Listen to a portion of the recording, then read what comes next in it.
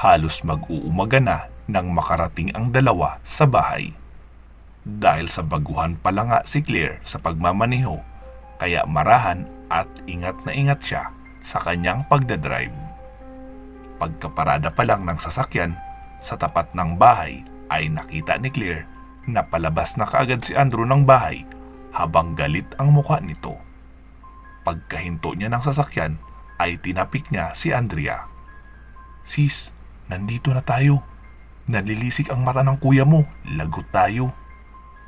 Pupungas-pungas naman ang dalaga habang kinukusot ang mata at nag-uunat-unat.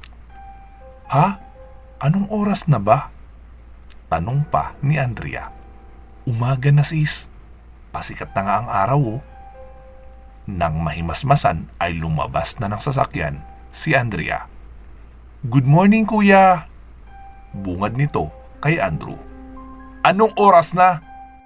sagot naman dito ni Andrew. "Kuya naman, chill ka lang. Puro lang naman kwentuhan, kaya hindi na namin napansin ang oras. Si Claire na nga lang ang nagmaneho dahil nakatulog ako dahil sa antok." "Sa susunod nga, ako na maghahatid at magsusundo sa inyo. Buti na lang walang nangyaring masama sa inyo. Hindi pa naman sanay mag-drive itong si Claire." Pagkalapit ni Claire ay nagsalita ito. "Huwag ka na po masyadong mag-alala. Nakarating naman kami ng ligtas, di ba?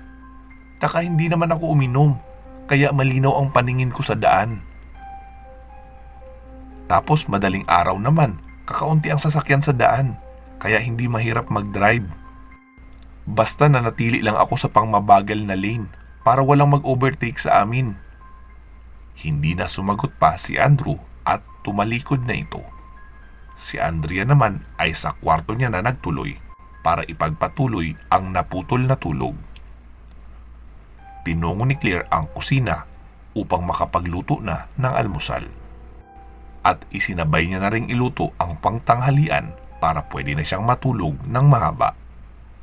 Naalala niya din kasi bigla na papasok pa pala siya sa klase niya sa ALS mamayang alauna. Kaya sinimulan niya na ang mga gawain.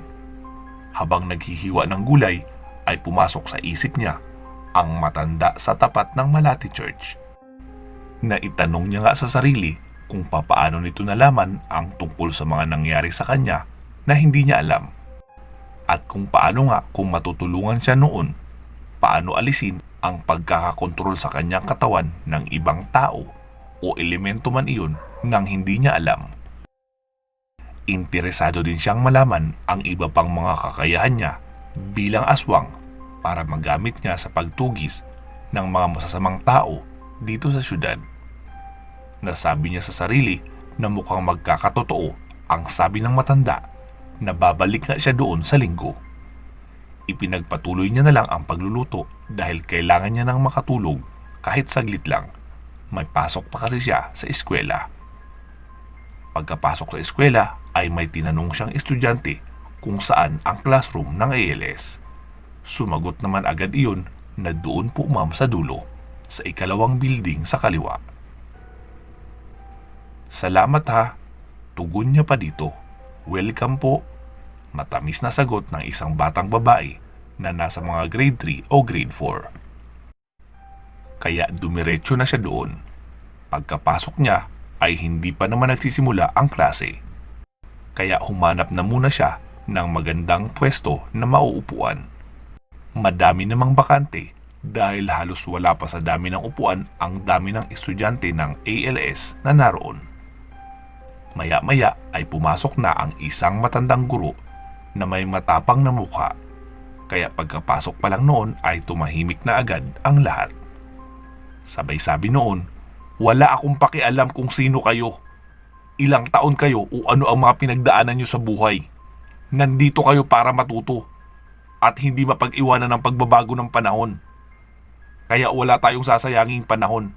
Ayokong may makikitang magkikwentuhan o magsiselfon sa klase ko.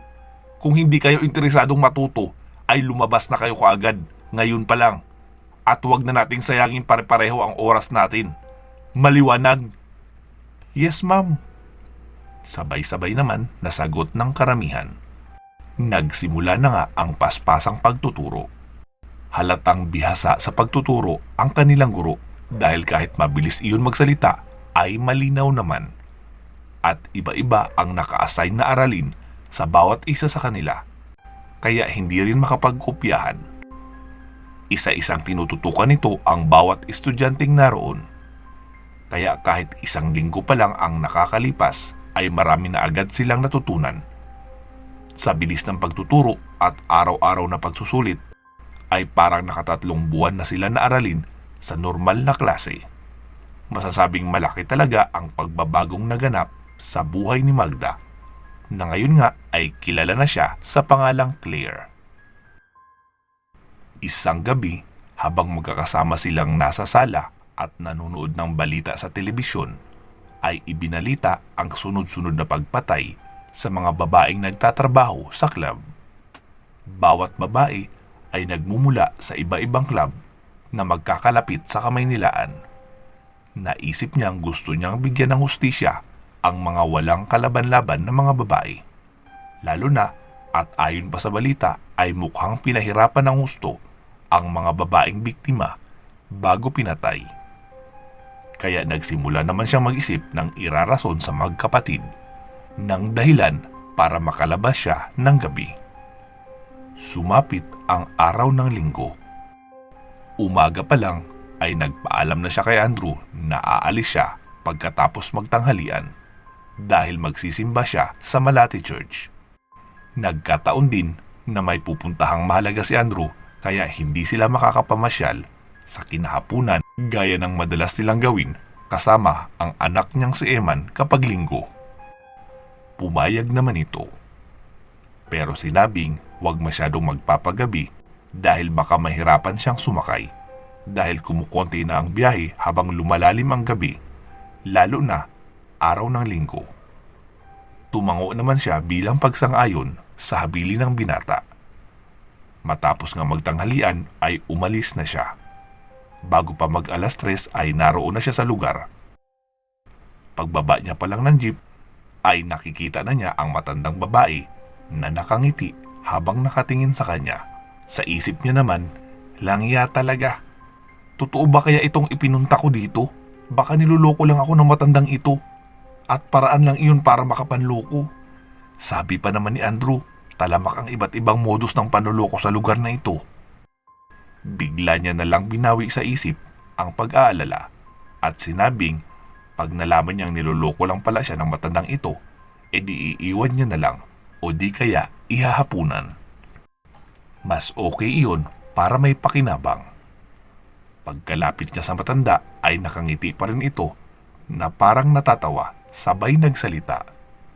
Anong sabi mo? Pag nalaman mong niloloko kita, ihahapunan mo ako? Hindi na masarap ang puso ng mga matatanda, iha. Alam ko yan dahil gaya mo may dugong aswang din ako. Pero lahi din ng mga babaylan ang pamilya ng ama ko. Kaya mas nangingibabaw sa akin ang pagiging babaylan kaysa pagiging aswang. Tsaka hindi kagaya mo, hindi ako nangangailangan ng sariwang dugo at laman para mabuhay. Napakunot naman ng noo si Claire at sinabing, wala naman ako sinabing kakainin kita ha. Hindi pa nga ako nagsasalita, di ba? Hay iha, mas malakas ang boses ng isipan mo kaysa sa bibig mo na may napakalambing na boses. Halika, maupo ka na. Samahan mo ako magtinda ng rosas. Baka mas marami ang bumili kasi may kasama akong maganda. Habang nagtitinda, hindi nga nagkamali ang matanda dahil ilang saglit pa lang mula nang maglabasan ang mga nagsisimba ay dinumog na sila ng mga mamimili at karamihan ng mga lalaking lumabas ay napalingon sa kinaroroonan nila at lumapit sa pwesto ng matanda at bumili ng mga tindang sampagita at rosas. Yung iba nga ay bumili pero ibinigay lang din naman kay Claire. Natatawa naman si Claire dahil pag nakaalis na ang mga lalaking bumili ay muli nilang ilalagay sa paninda ng matanda ang bulaklak na binayaran na at ibinigay na kay Claire. Noong papalubog na ang araw ay naubos na rin ang paninda ng matanda at tapos na rin ang huling misa sa simbahan kaya kumonti na ang tao sa paligid. Dito na sila nagsimulang mag-usap ng seryoso. Sinabi ng matanda, sige iha, Itanong mo na ang mga gusto mong malaman. Sino yung gumagamit ng katawan ko habang ako ay tulog? Sumagot naman ang matanda. Si Emma, ang espiritu ng iyong ina. Mag-iisang taon na siyang patay at hindi matahimik ang kaluluwa niya na nababalutan ng kapangyarihan ng pagkaswang. Nagagalit siya sa iyo dahil wala ka noon bago siya mamatay. Kaya hindi niya naipasa sa iyo ang totoong hiyas ng kapangyarihan ng pagkaswang. Kaya ginagamit niya ang katawan mo para magparamdam sa iyo na hindi siya matatahimik hanggat hindi mo tinatanggap ang pamana mo. Ha? Paano kung ayokong tanggapin? E di habang buhay siyang makikihati sa pagkontrol ng katawan mo. Lalo na pag tulog ka. At maaari siyang gumawa ng mga bagay na hindi mo magugustuhan. Anong pwede kong gawin para hindi na niya ako makontrol? Sumagot muli ang matanda. Kailangan mong maging mas malakas sa kanya. Kailangan mong maikulong ang isipan niya sa isang bahagi ng utak mo at doon mo siya talunin. Tapos yung kapangyarihan niya ay kailangan masakop mo at maipasok mo sa puso mo.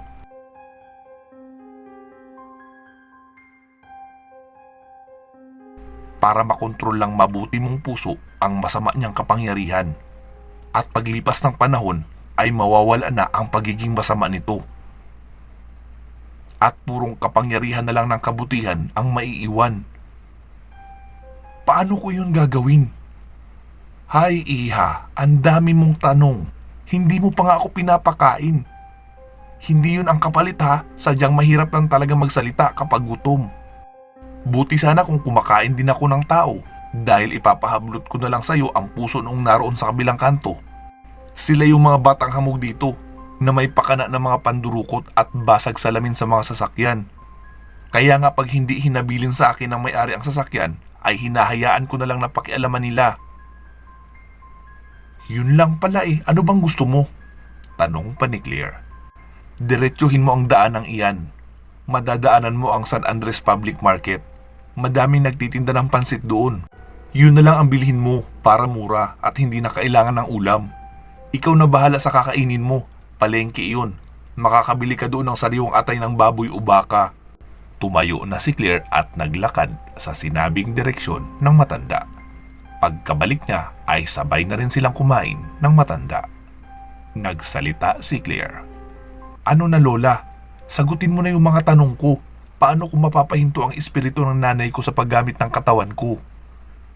Alam mo iha, mahabang kwento iyon. Pag-usapan natin sa pagbalik mo sa 1 linggo. Umuwi ka na muna. Baka mahirapan ka pang makasakay. Huwag mo masyadong gamitin dito yung pakpak mo. Nagkalat na ngayon ang mga CCTV camera. Baka hindi mo alam, nakukuhanan ka na pala habang nagpapalit ka ng anyo. Tapos sikat ka na kaagad kinabukasan.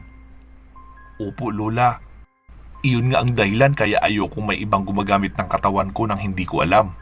Tapos mamamalayan ko na lang na pinaghahanap na pala ako ng mga pulis. Tauhan pa naman ng pulisya ang tinitirhan kong bahay. Sige na iha, humayo ka na. At sa susunod na linggo na tayo mag-usap. Pinunasan na ni Claire ang gilid ng bibig, sabay tumayo na. At pumara na ng masasakyan jeep patungo sa Baklaran. Doon na kasi siya sasakay ng bus papauwi ng Cavite kung saan naroon ang bahay ni Andrew. Habang binabaybay ng jeep ang kahabaan ng Taft Avenue, ay naalala niya ang kaso ng mga babaeng sexy dancer sa mga bar na pinatay ng hindi pa nahuhuling serial killer at basta na lang iniiwan sa tambak ng mga basura o di kaya sa mga motel na pinagdadala nito.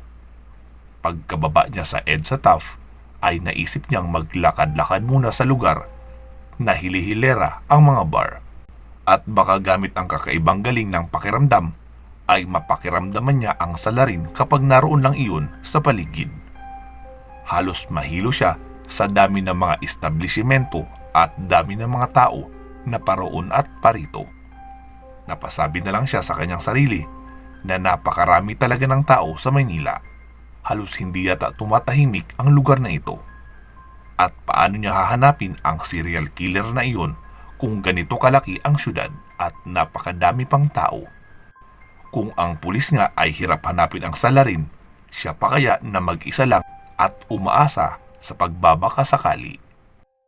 Dahil sa maaga pa naman ay nagdesisyon siya na maglakad-lakad na lang muna hanggang makabalik sa may dulo ng baklaran kung saan naroon ang mga sasakyan niya papauwi. Abangan ang karugtong ng ating kwento sa part 11.